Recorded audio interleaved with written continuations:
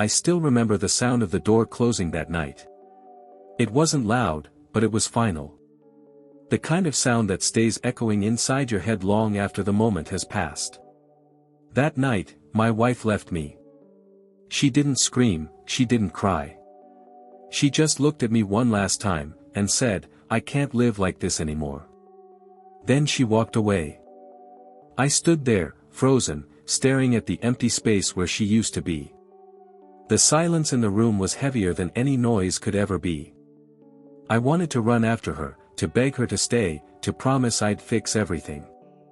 But all I could do was whisper her name into the emptiness, hoping somehow she'd hear me. The truth was, I couldn't blame her. Things had been falling apart for a long time. I had lost my job 6 months before, and the bills kept coming like an unstoppable tide. Every day, I'd wake up with a plan to make things right, send out resumes, make calls, try to sell something, anything. But nothing worked. Every door I knocked on was closed. Every opportunity turned into disappointment. At first, she tried to be supportive. She told me it would get better, that she believed in me. But as weeks turned into months, her words turned into sighs, her eyes lost their light, and her voice became distant. I could feel her slipping away from me one day at a time. We started arguing about little things, groceries, the rent, the future. But deep down, we weren't fighting about those things. We were fighting about the fear of losing everything we once dreamed about. I saw it in her eyes every time she looked at me, disappointment mixed with exhaustion. I was no longer the man she believed could give her a good life. The night before she left, we sat in silence at the small kitchen table.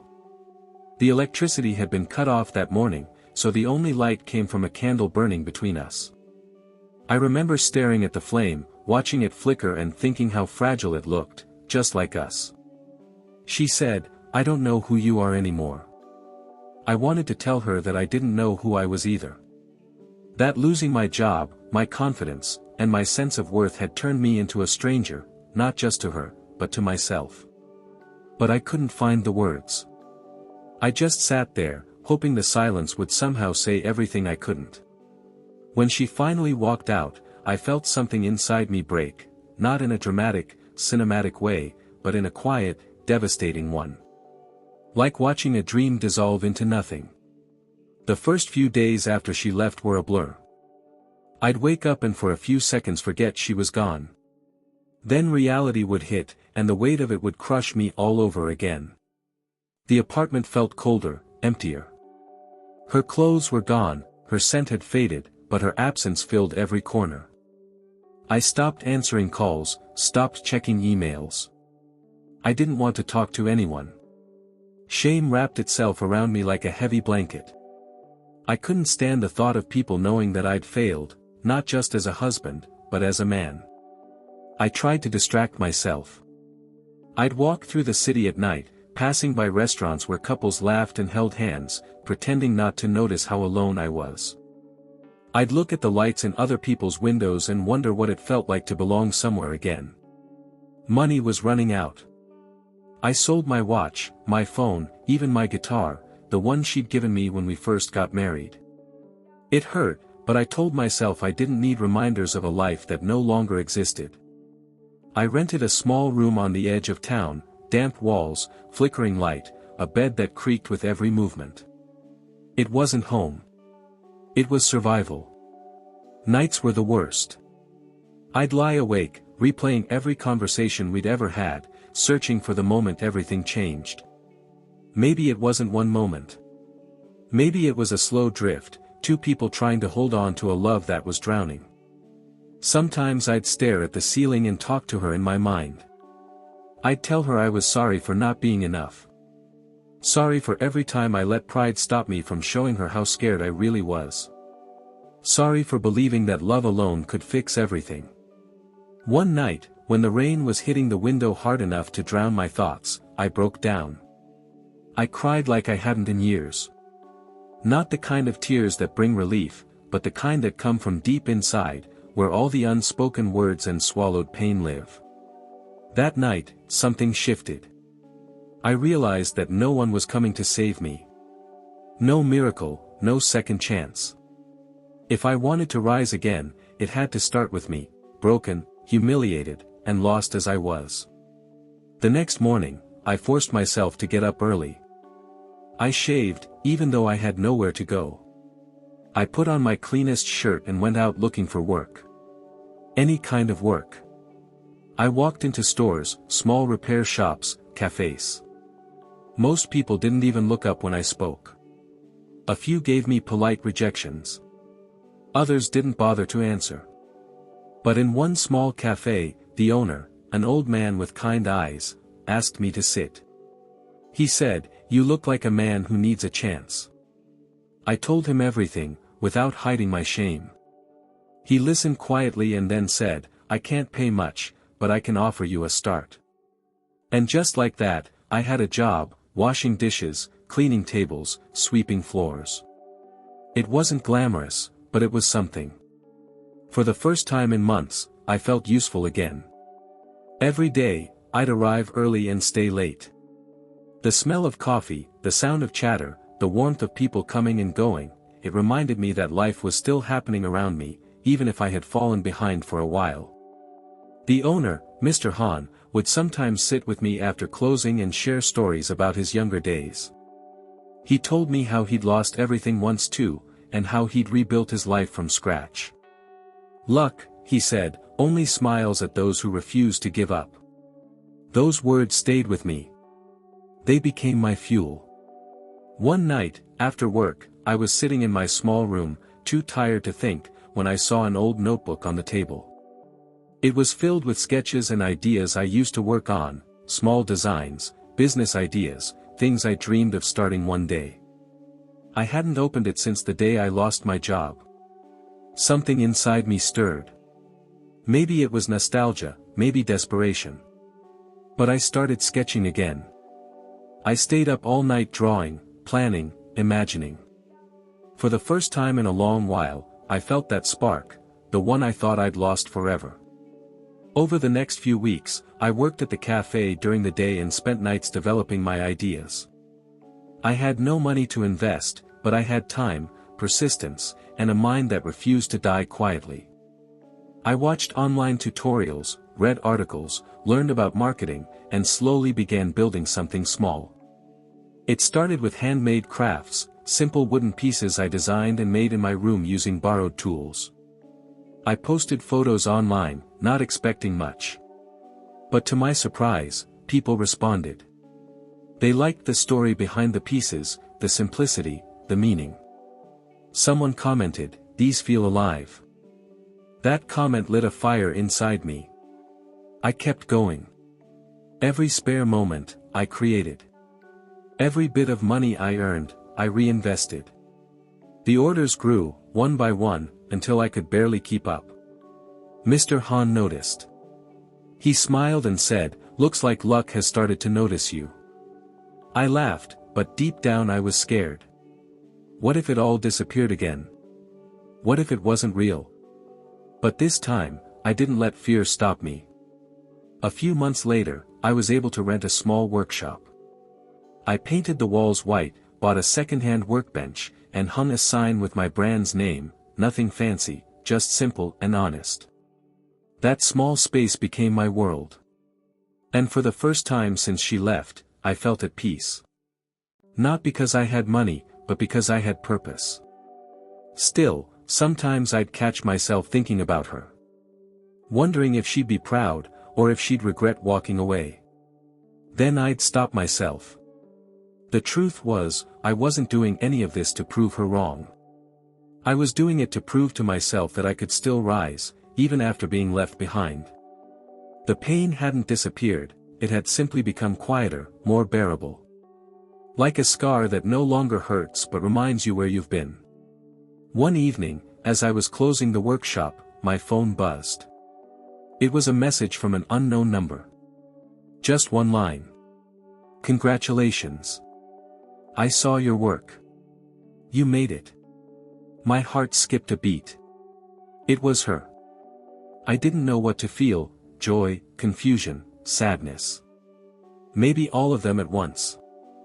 I stared at the message for a long time before replying. "Thank you," I wrote. Nothing more.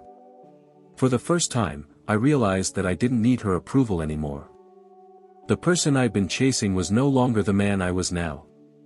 That night, I looked at my reflection in the workshop window, tired eyes, rough hands, but a calm heart. Luck had smiled on me, yes. But it wasn't luck that saved me. It was losing everything that forced me to find myself. A few days after her message, I found myself reading it over and over again. "Congratulations. You made it." It was such a simple sentence, yet it carried the weight of everything I'd once longed to hear. But this time, it didn't break me. It didn't fill me with longing. It just settled quietly inside me, like a closed chapter. I didn't reply again. There was nothing left to say. My days became a blur of work, creation, and small victories. Orders grew, people started tagging my products online, and soon I was invited to showcase them at a local market. Standing there, surrounded by the things I had built with my own hands, I realized how far I had come from that empty room where I had once thought my life was over. I met new people, kind people, curious people, and they all had something in common: they were chasing meaning, not perfection. Their stories reminded me that everyone carries their own kind of heartbreak. Mine was just one among many. One evening, while I was setting up my stand, I noticed a young couple holding hands, laughing softly as they walked by. For a brief second, I felt that old sting in my chest. Not jealousy, nostalgia. I remembered what it felt like to love someone so deeply that you believed it could survive anything. And then I remembered what it felt like to lose that belief. But instead of pain, I felt gratitude. Because without losing her, I would never have found this version of myself, calmer, humbler, realer. A few weeks later, something unexpected happened. I received an email from a small design magazine asking to feature my story. They said they'd heard about how I'd rebuilt my life after losing everything. I hesitated at first. The thought of reopening those wounds scared me. But I said yes. The article came out under the title, "The Man Who Turned Loss into Light."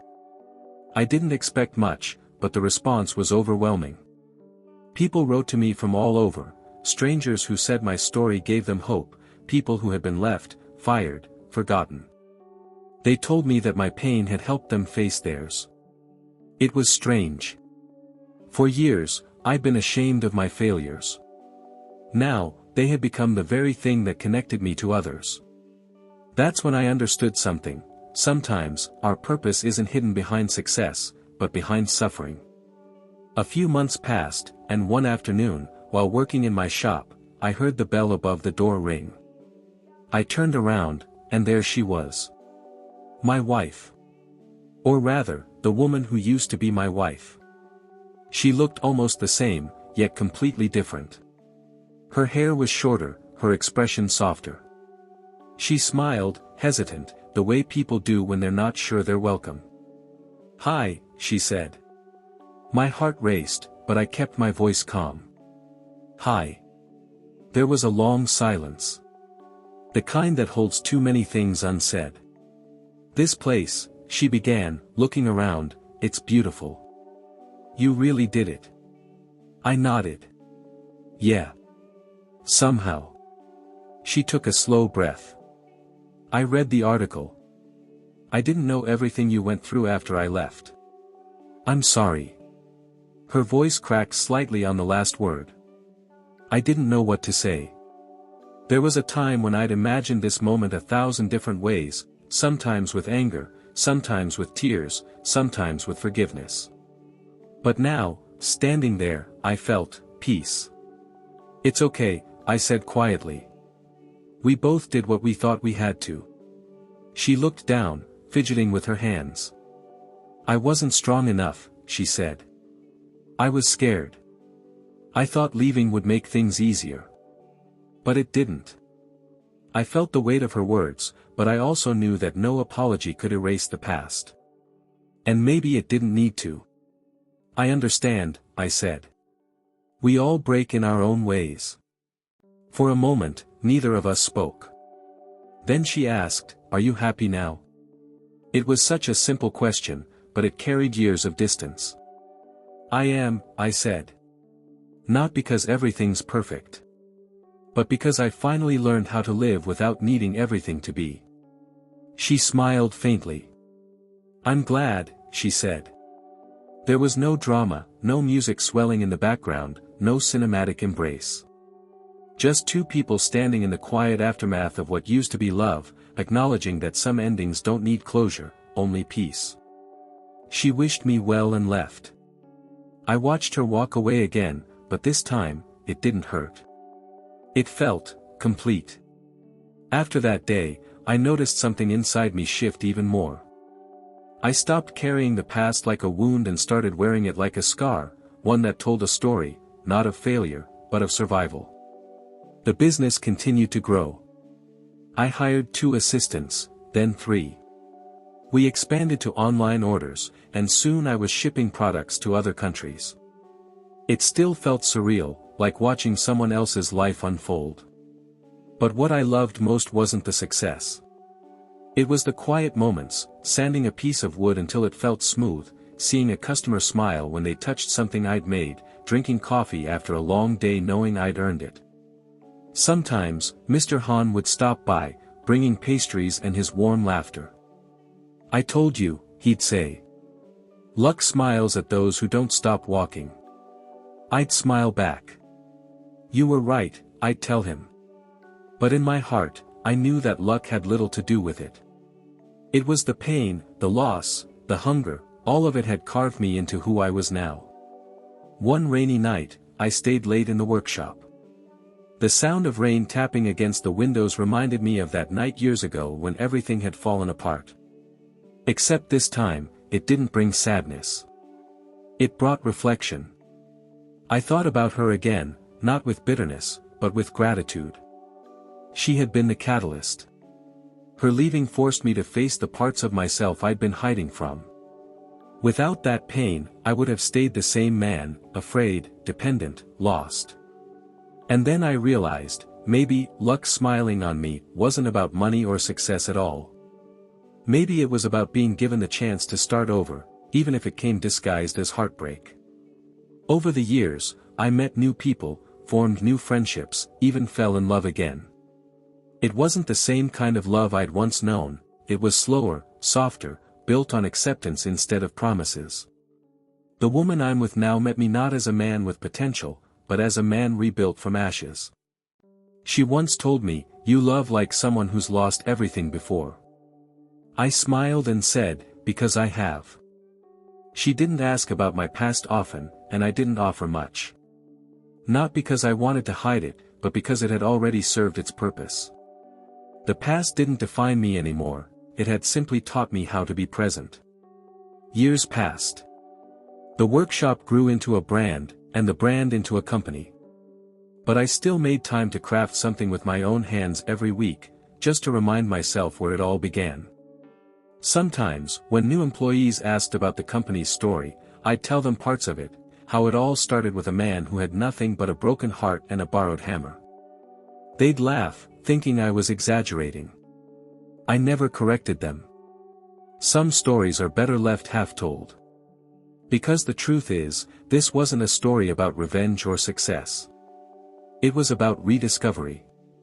About learning that the person I needed to become was hidden beneath everything I'd lost.